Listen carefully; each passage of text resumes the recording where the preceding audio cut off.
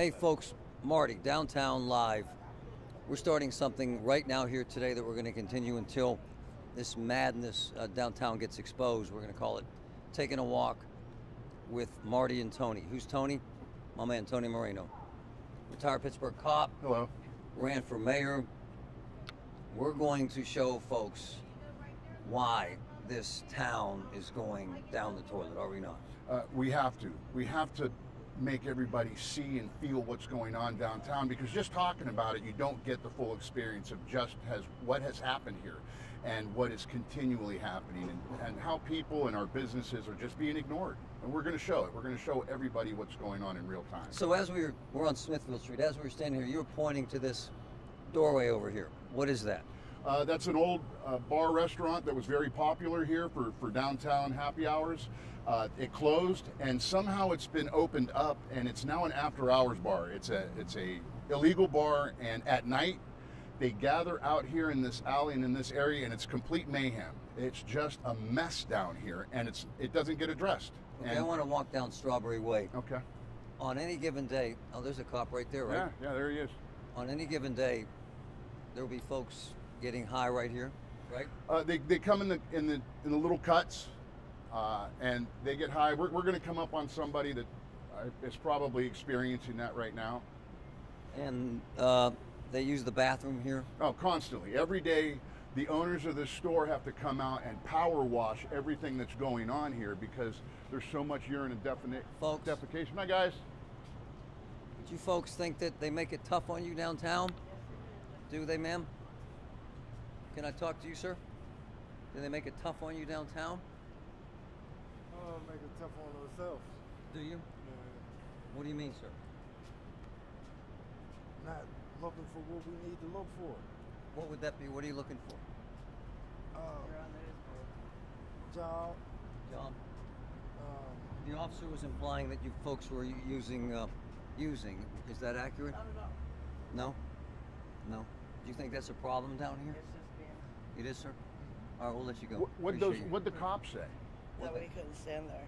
He wants you to move along? Yeah, but it was sprinkling, so we had to stand over there. Are you, could I describe you as homeless, ma'am? I'm not homeless. You're not? Is he? I live in the commons, but yeah. Okay, thank you. It's hard. Take care. So this is part of the problem, right? Oh, absolutely. Let's go in and talk to the man himself. Dennis, from Wiener World. This is kind of the epicenter. It was so bad here that we went live here every single day for a year, trying to clean this area up. And the owner has become a good friend, and quite frankly, a warrior for the truth. This is one of the hot spots for a guy that fought the battle against the problems downtown. It's an amazing restaurant. It's an amazing business. But to suggest that they've been through hell is an understatement. Dennis? How are you, my man? Fabulous. Thank you. There she is. Melanie, The how are you? original person that called, yes, crying. Things have gotten better. Not great, but they have gotten better. Tell me some of the things you've seen at the doorway of your restaurant when you got to work. Come on. Tell the truth. It's a lot of drug dealers around here. Drug use. Cars pull up and they sell the drugs right out, and that's what I see. Is it fair when your husband says there are days when you cry on the way to work? On the way home. Yeah? Yeah, no, I don't. Is anything that the government's told you showing that you have a future here? No, nothing. But Mayor Gainey's told me, give them time. First meeting was 8 months ago. How much time do they need? They rebuilt the Fern Hollow Bridge in 10 months. how about the actual police presence? We just saw an officer out here, but I've been down here for about 40 minutes now, and that's the first time I've seen him. Yeah. Do you feel like there should be more just standing here? Absolutely. The church had a wedding Saturday, so there were a detail of officers here that were hired by, I guess, by the church. But when I got here, there were 6 officers here. They cleared the front of the church out for the wedding. But every other day, while we're trying to make money here and have business, not just for myself, but everyone on this block. They allow the congregation on the block, and you can ask anyone. There's 20 to 40 people out there every single day. Tell us about the woman that was high with her daughter, the 3-year-old. Oh yeah, she came in and bought some food. She went out here and sat on the curb, fell out on the sidewalk, high I guess, passed out. Little daughter, 3-year-old, walked up the alley on Strawberry Way by herself. One of my employees went out there and got her, brought the little girl inside while we called 911. So you're essentially taking care of what our government, what you pay taxes should be taking Yeah, we care pay of. taxes, and they still have to come pressure wash our doorway with a nonprofit company, nonprofit organization, Pittsburgh Downtown Partnership, who was great, by the way. This city would look like 10 times worse than it is if it wasn't for them. When they pressure wash your doorway, they're removing fecal matter and urine. Every day, every single day. Every day that we came down here Saturday, there was nothing. We came in this morning and back by the dumpsters, it looked like a bathroom. A bathroom. A bathroom. Getting to the actual problem, this mental health problem and addiction, are there those, quote, social workers, those people that can bring those things? Do they come down here daily to address these people? Not that we see, no. We see the Downtown Partnership Ambassador Program around, and I guess they can contact social services, but not that we see. When we hear that Pittsburgh is dead, is that fair? It's dying. It's a slow, agonizing death right now. Last summer, if you were to come by here, we had beautiful planters out here in the alley. We had 6 or 8 tables out here. People could come and sit and eat their lunch in relative peace, and it's worse this year than it was last year. And have you had people come in here and rob you? Yes, Yeah. twice. Twice. Twice. You still carrying a gun? Absolutely. Can we see that? I'd rather not, but yeah, No. every day. But you have a gun on you I right do here. have it right here every day. And are you willing to use it? Absolutely, I wouldn't carry it if I wasn't willing to use it. It's that bad for you. It's to keep us safe. This is my life. This is their life. So we're going to protect that, whatever it takes. We've called 911, and police officers themselves have told us, prepare to defend yourself until we arrive. So the mayor's been in here. The mayor's been in here. He won't come in here anymore, but he's been here. The county executive has met with you. Said your sound is off. What? Someone just called and said your sound is off. Thank you. So people are watching live. So the mayor's been in here. Mayor's been in here and spoken to us, and he seemed receptive initially, but he sent his chief of staff down a few weeks ago. We spoke with Jake, and he said we need more time. What did you expect we would accomplish in 8 months? 8 months. 8 months. You've been dying here. Yeah. As we watch what we watch on this block every single day. We're on the front lines. You met with the county executive too. County Executive Fitzgerald. He kept his word. He did shut the shelter down, but from what we're learning, it's open again. So, if they're going to allow people to just congregate all day, every day, then they need to provide some sort of facilities for them to use the bathrooms. What's the message to send to a guy like you just trying to make a living? Help us out. Clean the city up. We want everyone to be like it was before the pandemic. We didn't have this problem. Downtown was thriving. We want to be back there. We want to be part of it. I wouldn't be complaining because I didn't get this far. I didn't come this far just to get this far. What's your one ask? The one thing that would make the biggest difference to you and your fellow business people, if they could just do that one thing. Get the drugs off the streets. The drugs are a problem. It's bad. It's worse than it's ever been. Open air drug market. Every day. You can see it.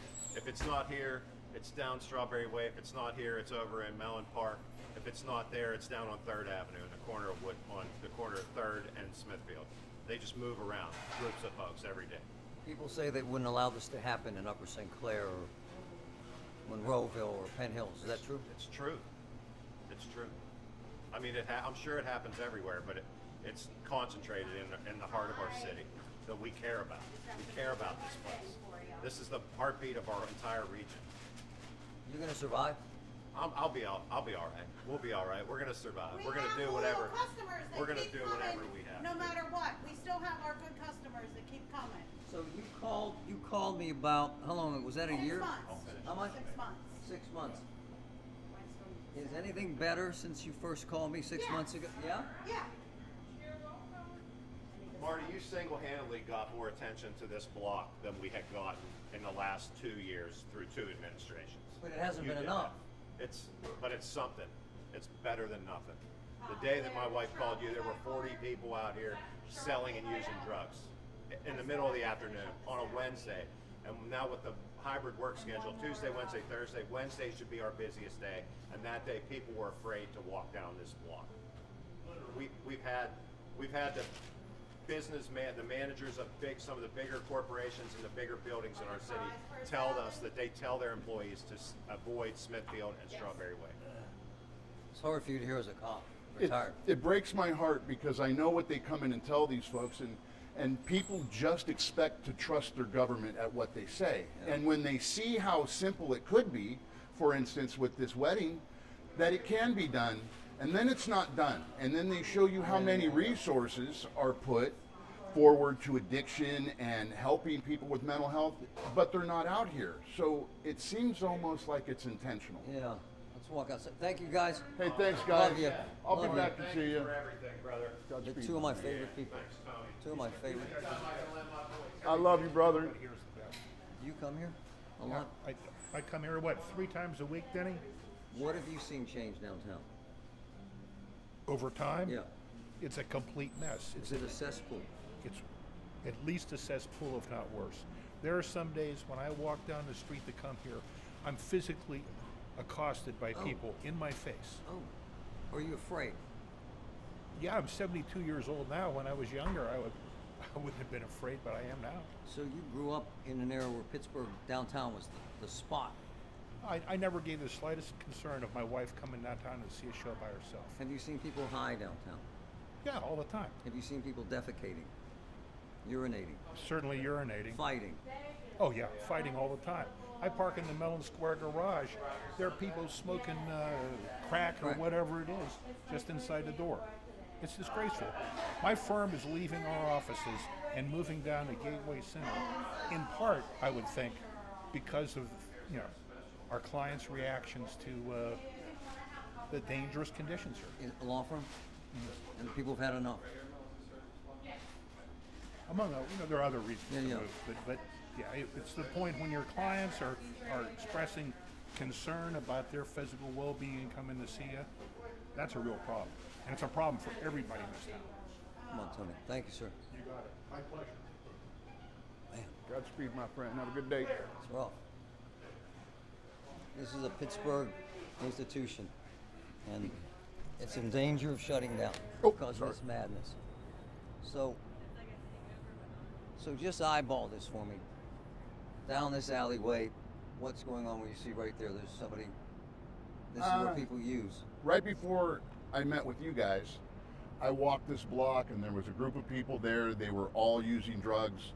The dope man was standing, walking this corner, just kind of keeping it in check. There was a guy sitting in a car watching.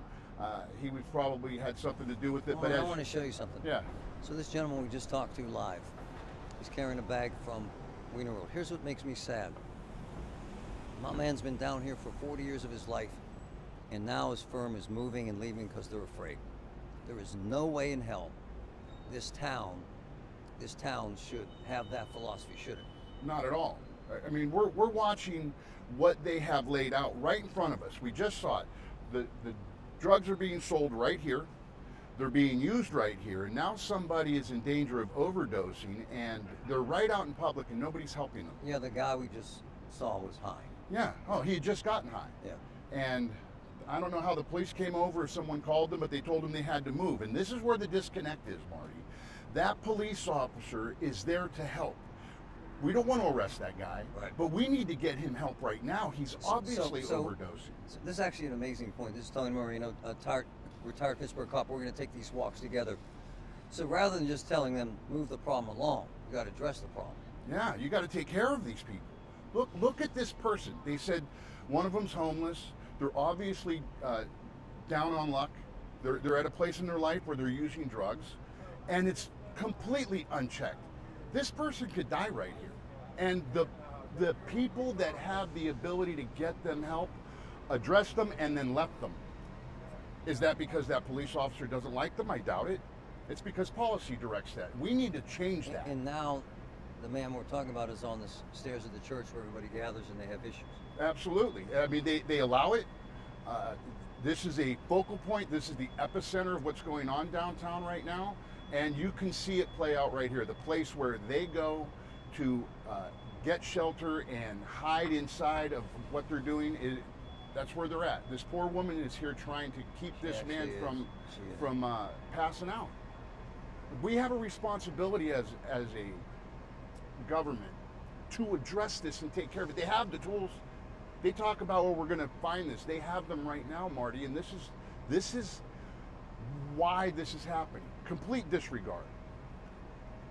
It's frightening. So we're going to do this on a regular basis. Myself and Tony, we're going to take these walks with the ultimate attempt to make a difference, to make this better, to create some change down here. Because at the end of the day, a lot of these folks just need help, and they're trying to find help. And they're trying to make a difference. He might be trying to help them.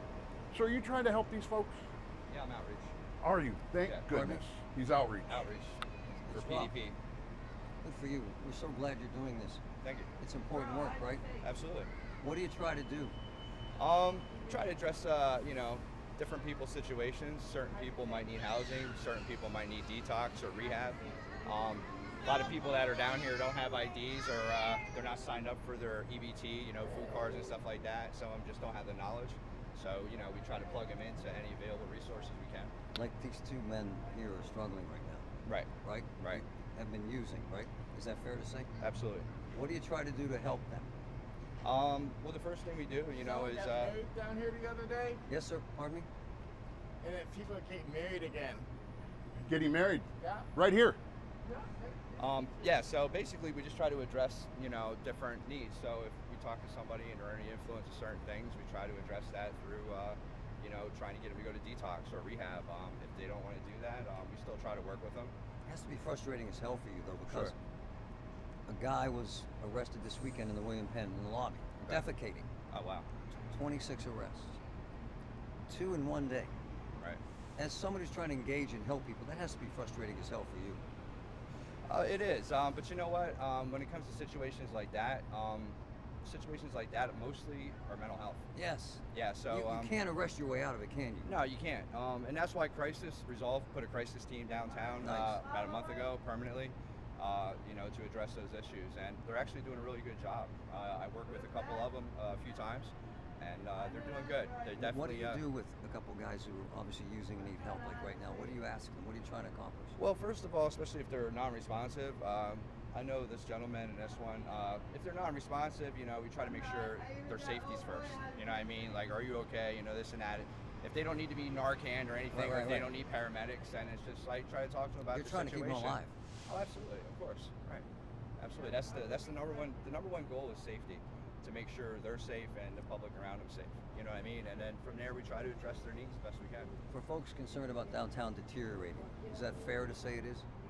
I really think that since, you know, things closed down and people integrated into different areas, I think that in the shuttle system that my company put together to try to help people integrate to other shelters, I think things have improved drastically over the last few months. I love what you're doing, man. Thank you, brother. Really Appreciate it. saving lives. I'm trying. This is what it's about. Is this not what it's about? I have a question. Yeah. What action are you going to perform right now? Because these two people are obviously in big trouble. Right. Well, if they're not Narcan or the medics don't come, would you just leave, or you just kind of stay in contact? No, like I said, we're not enforcement, so I can't be like. Listen, I'm trying to figure out what kind of actual help right this second that these folks are going to get. Right. Well, this gentleman here, I deal with him every day. So he's high right now. He could be. Yeah, he could be drinking. You know what I mean? Regardless what substance he uses, you know, so a lot of people out here I already know what substance they use because I have, you know, firsthand knowledge of their situation. Certain people I don't. Certain people won't talk about it. But as long as there's no imminent danger, and if they don't want to talk about doing rehab, there's nothing I can do. I can't force them and say, listen, you're going to rehab. So I try to talk to people and get to know them first, and try to address their needs. You know, if they want to change. So even if they don't, I try on another day. No, what's your name? John. Especially if you catch them at their low points. That could be the You know what the truth is, man, he cares. I know. Listen, it's great because there's eyes on somebody. Yeah. And that's the biggest worry, is not having eyes on, because if you're not here, they go out, and now we got to wait until somebody else does get here. So I appreciate it, brother. Absolutely. Godspeed, man. Thank you. Thanks, man. All right. So at the end of the day, this is what we're going to do. We're going to draw attention to this. It's actually fascinating watching this in real time. So we see a couple guys that could be overdosing, quite frankly. Right. We see a business that could be failing. And Several already failed. several already failed. And we see how our downtown has deteriorated rapidly. Yeah, it's hard, because we know that we're being told that there's a lot of money coming in here, that there's a lot of development, that there's a lot of positives, but when we walk down here, we see this madness. Yeah. So I think if we get more momentum, like Denny said, when you came down here and you put eyes on it, people respond. Nobody wants this, and once they see it, I think it'll change some minds. It'll change the actions. All right, so our next stop, we're going to finish up for today. We wanted to kind of start out at Wiener World because it's kind of the epicenter where this change needs to occur. We're going to go about a block to this Mellon Park. Mellon Park, I used to walk Mellon Park. It's a beautiful place. A lot of people used to go up there for lunches, happy hour, and the evening walks, and now that is kind of the hideout. It's really a mess up there. And we're going to talk about the William Penn, which is my favorite hotel in America, where in one day, one man was grabbed 2 times defecating in the lobby. How low can we go, sir? It doesn't get much worse than that. Yeah. So it's important that we show it, how simple it would be to fix it. And to me, that's the biggest thing, is that there are tools to be used and they're not doing them. Maybe we can get them to answer why, or force them to put their actions and make it work. But one way or the other, we're going to show them. We're going to force their hand. By the way, we are not in any way, shape, or form trying to exploit these folks. We're trying to get them help. No, they need help. You give these people a shot at life, and they'll go with it. But when you don't have a shot at life, this is where you end up. When nobody cares about you, this is where you end up. When the only person who wants to stop and talk to you is the person from outreach that really can only save their life with Narcan. I'm glad he's here, though. Yeah, listen, if he's not here, there's nobody that is going to take care of them. Patrick, or real get them quick, help. show what's going. Like, he's trying to help him right now. I mean, this is live. This is what's happening on our streets today. A young man from outreach trying to help a man in crisis. And he's connected to Resolve. Right. We're going to get there, Marty. I'm going to show you what Resolve is, and it's going to blow your mind of what we have available. By the way, from one of my favorite cops of all time, you cannot arrest your way out of this. No, you can't. Yeah. But physically removing somebody from the place where this crime's been committed is a big tool in getting them the help they need. For instance, this sign clearly says no loitering. We know that it goes unenforced.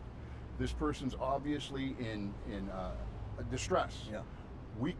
I as a police officer could take him and not arrest him, but he said I can't force him to do anything. I can as a police officer. I can get him to the hospital, make sure he stays clean or gets clean, and then get him to Resolve to get him the mental health he needs, to get him the addiction help he needs. It's available.